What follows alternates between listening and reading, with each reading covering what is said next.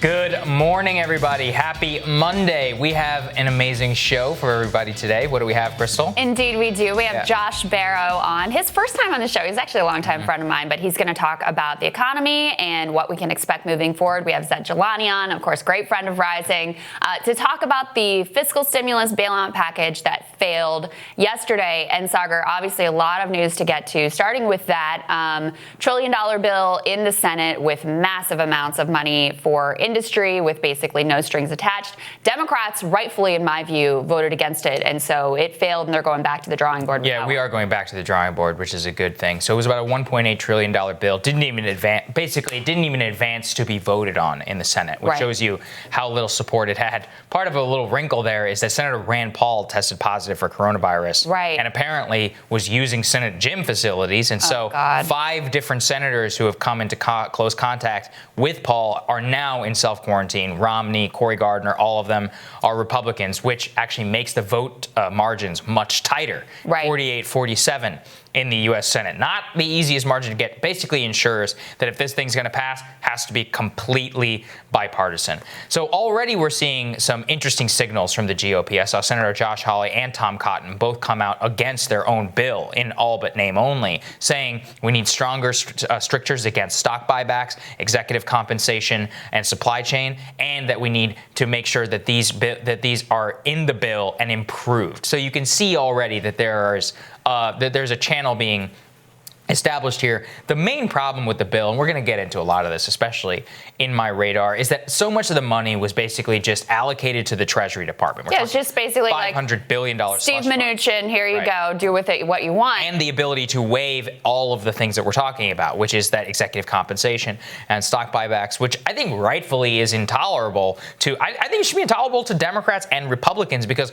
Congress is the one that's supposed to have the power of the purse. And whenever they set up even TARP, even TARP for the banks had an inspector general and had like an advisory board of experts. So, and I'm not saying TARP was great, but at least they tried. Yeah, I mean, that's a low bar to be better than TARP. I mean, look, I've been hard on the Democrats here. I think you have been as well.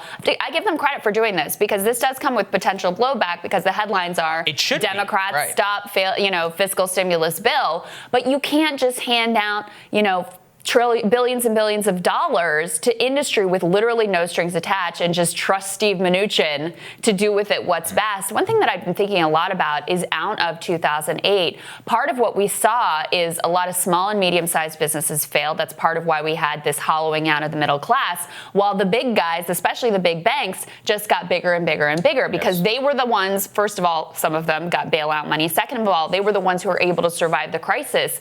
So even in these moments when time is of the essence, we still have to be thoughtful about the kind of economy that we're going to create out of this. So that was a significant development. Nancy Pelosi also saying that they're now going to craft their own funding fiscal stimulus bill. So we'll see what that looks like as well. But, that's where we are today. They're basically back to the drawing board. At the same time, you mentioned Rand Paul tested positive for coronavirus. Very concerning with him. Ben McAdams, who we already knew, Congressman from Utah, who we already knew had tested positive. He is now in the hospital. So this situation is incredibly serious. They're going to have to figure out how to vote remotely as well, because, with the amount of contact that they all have with each other, it's deeply concerning. And it's already been ruled out for some strange reason by the United States Senate is a place where I saw a great tweet on this, where all 100 of them have to vote to agree to be able to bring a calculator on the Senate floor. So that's what we're dealing with in a time of national crisis and pandemic. Sometimes you got to throw out with the convention. The norms and guardrails have to be dispensed with that sometimes. At the same time,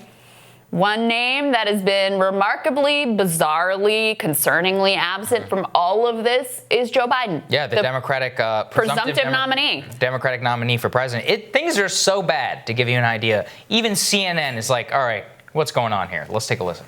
But Biden trying to say, I've been there. I can pull the levers of government. I'm very different. He is. He's trying to say that. The question is who's listening and is that being heard? The Biden campaign is, dealing with several things. One, they are trying to become the general election nominee here. Bernie Sanders is still in, but they are looking beyond him. But they're not quite ready for this moment. I mean, Joe Biden is an old-fashioned handshaking politician. It was clear that they are not ready for the communications required for this. I was on that conference call with him on Friday afternoon, and it was an old-fashioned conference call that barely made any news coverage.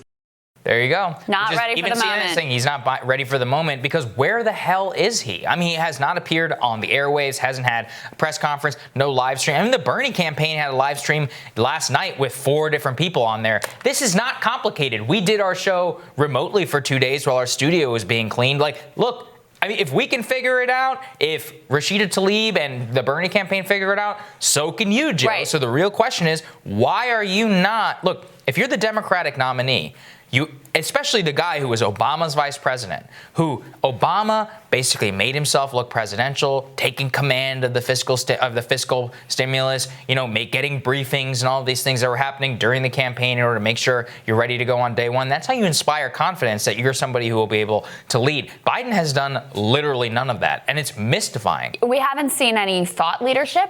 In fact, we covered last week how he's way behind the curve. Right, he's like, please invoke the Defense Production Act, and then they do. And then he's like, please. Although Trump pulled back on that, by the way, right. Which is something else we're going to talk about. But there are like little things where he's like, or the stock buybacks. He's like, companies must assure that they will not buy back their stock. It's like, oh well, maybe it should be. How about we pass a law about that? Right. Yeah, I mean, even Trump has said that he wants that in the bill. So there you go. Yeah, it's pathetic. He did have time though to talk to his donors apparently yesterday on another conference call, not video, conference call.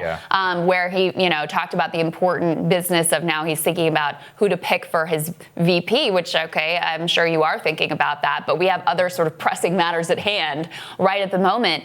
It's remarkable that you don't see either the thought leadership or the sort of like commanding presence, which was what they started to signal prior to last week's primaries. Now he's just literally invisible. I mean, it's one of the strangest things I've ever seen. And I have to assume it's just the same strategy of let's keep him hidden so that voters don't remember the reservations they had about this guy in the first place until we have it well and truly and thoroughly locked up, which they don't at this point. I mean, the primary is essentially frozen. Right. Yes, Bernie Sanders is decidedly behind in the delegates. It would take a massive swing, something sort of unprecedented for him to be able to make up that ground.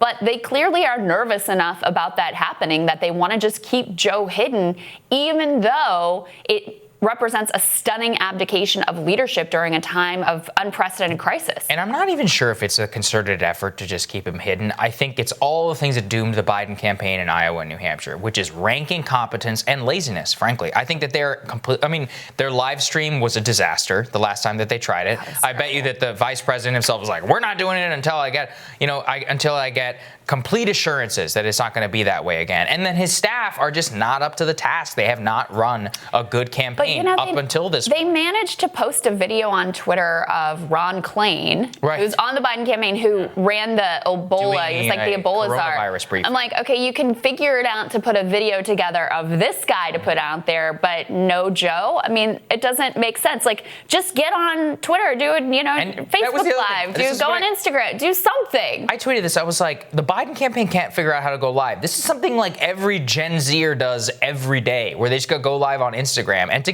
the other thing was Simone Sanders went live on Instagram, and she was like, oh, look, Joe Biden popped in. And all it was Joe Biden's campaign's Instagram giving a thumbs up. Like, not a picture, not him coming on the live stream, him being like a thumbs up emoji. It's like, is that me popping in? I mean, this is bizarre. It's bizarre. It's weird. I don't know. It could either be a concerted cover-up effort. I mean, who the heck knows about what's going on here? But Joe Biden has not been seen now to the public now for several days. So-called presumptive Democratic nominee, no sweeping package, has not, as far as I can tell, been involved in any of the talks with Chuck Schumer, Nancy Pelosi. I mean, shouldn't you be the one? They gave that deference to Barack Obama. He should be the face of it. When he was a Democratic nominee. He should be the face of it, or at least they want him to get him to win. Yeah, absolutely. And listen, I mean, we've obviously been tough on Joe here.